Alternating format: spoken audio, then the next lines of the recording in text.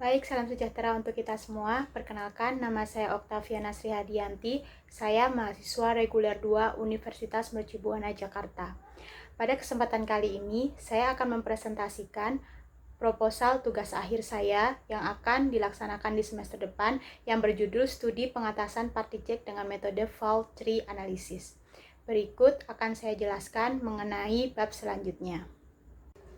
Baik, kita mulai dari bab pertama, yaitu pendahuluan. Yang menjadi latar belakang saya dalam mengangkat judul ini yaitu terdapat salah satu perusahaan jasa pengecatan di Karawang yang mensuplai part painting plastik ke perusahaan otomotif di Cikarang.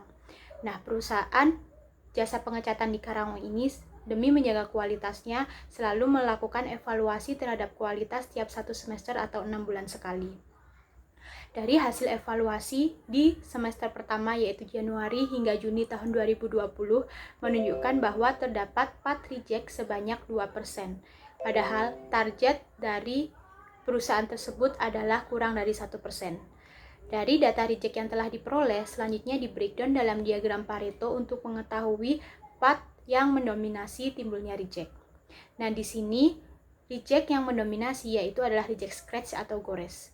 Hal ini menjadi permasalahan bagi perusahaan jasa pengecatan di Karawang karena sebelum part tersebut dikirimkan ke customer menunjukkan bahwa part dalam kondisi oke, dan setelah proses delivery, reject scratch tersebut muncul.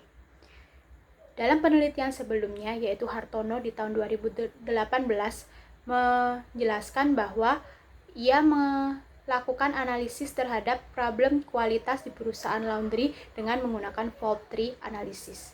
Berangkat dari hal tersebutlah, maka saya mengangkat judul yang telah saya sebutkan tadi. Berdasarkan latar belakang di atas, maka dapat dirumuskan permasalahan sebagai berikut. Yang pertama, bagaimana kondisi kualitas part painting plastik perusahaan jasa pengecatan Karawang. Yang kedua, bagaimana analisis penyebab part painting plastik reject dengan menggunakan fault tree analysis. Yang ketiga, yaitu bagaimana penanganan part painting plastik reject. Nah, berdasarkan rumusan masalah di atas, maka dapat diperoleh tujuan sebagai berikut. Yang pertama, yaitu mengetahui kondisi kualitas part painting plastik perusahaan jasa pengecatan Karawang. Yang kedua, mengetahui analisis penyebab part painting plastik reject dengan menggunakan fault tree analysis. Yang ketiga, yaitu mengetahui penanganan part painting plastik reject. Nah, di sini saya membuat batasan dan asumsi sebagai berikut. Analisis permasalahan hanya dilakukan pada periode Januari hingga Juni 2020 dan evaluasi hasil perbaikan dilakukan pada periode Agustus hingga Oktober 2020. Dan analisis permasalahan dilakukan di customer. Baik, kita lanjutkan ke bab 2 yaitu landasan teori. Kita mulai dari material handling. Di tahun 2008, Ray mendefinisikan material handling sebagai suatu proses perpindahan dan penyimpanan material pada biaya yang serendah mungkin dan menggunakan metode serta peralatan yang layak. Ray juga menyebutkan bahwa material handling menjadi penting karena material handling dapat memangkas biaya buruh tak langsung, dapat menurunkan kerusakan material selama penyimpanan dan perpindahan, dapat memaksimalkan ruang dengan catatan tetap layak untuk material, dapat meminimalisir kecelakaan selama proses material handling berlangsung, dapat menurunkan total biaya, dan dapat meningkatkan pelayanan kepada pelanggan karena handling material tetap mampu menjaga kualitas material. Selanjutnya yaitu 2.2 penjagaan kualitas. Berdasarkan sumber yang saya peroleh, yaitu Mitra di tahun 2012 menyebutkan terdapat 3 ahli yang menyatakan definisi dari penjagaan kualitas, yaitu ada Deming, Crosby, dan Juran. Deming mendefinisikan kualitas sebagai keseragaman dari suatu produk yang dapat diprediksi. Deming menggunakan Statistical Process Control atau SPC, yaitu suatu proses statistik untuk penjagaan kualitas, untuk mengaplikasikan definisi yang ia utarakan. Deming menyatakan bahwa kualitas dari suatu produk merupakan cerminan dari kualitas suatu proses. Berbeda dengan Crosby yang menyatakan bahwa kualitas sebagai kecocokan terhadap kebutuhan, sehingga kualitas berdasarkan definisi Crosby yaitu menyesuaikan terhadap kebutuhan konsumen. Juran mendefinisikan kualitas sebagai kesesuaian produk pada penggunanya, sehingga definisi kualitas versi Juran mengacu pada kebutuhan konsumen. Baik, kita lanjutkan ke 2.3 yaitu fault tree analysis. Fault Tree Analysis, yang biasa dikenal sebagai FTA, merupakan suatu analisis deduktif yang biasanya membutuhkan informasi berupa fakta tentang sebuah sistem. FTA selalu berfokus untuk memastikan aspek kritikal dari sistem teridentifikasi dan terkontrol dengan baik. Dalam proses analisisnya, FTA menggunakan beberapa grafik simbol. Yang pertama yaitu fundamental operator yang terdiri atas OR dan AND, selanjutnya ada special operator, yang selanjutnya ada events, dan yang selanjutnya ada transverse triangles. Baik, kita lanjutkan ke bab 3 yaitu metodologi penelitian.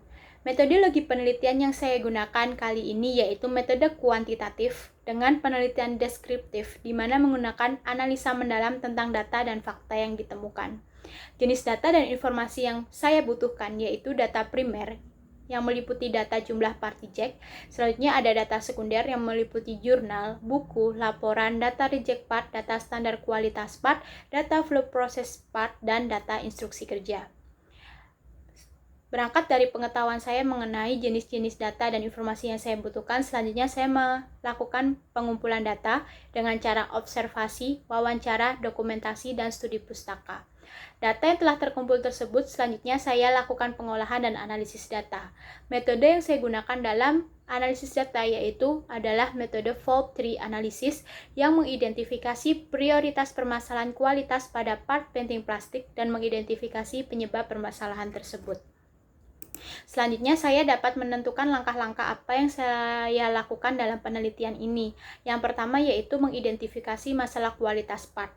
Dari hasil identifikasi tersebut, saya dapat mengobservasi permasalahan yang muncul, sehingga dapat saya lakukan pengumpulan data primer dan data sekunder untuk dilakukan analisis permasalahan dengan fault tree analysis.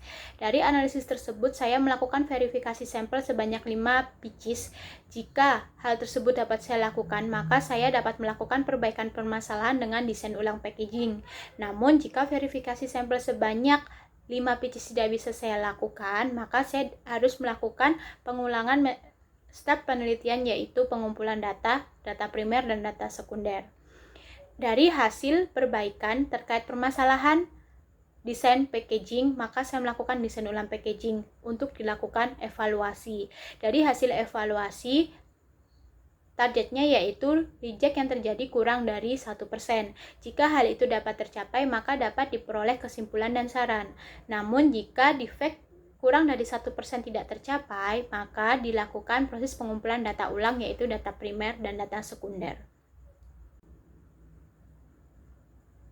Baik, berikut adalah daftar pustaka yang mendukung saya dalam menyusun proposal tugas akhir ini.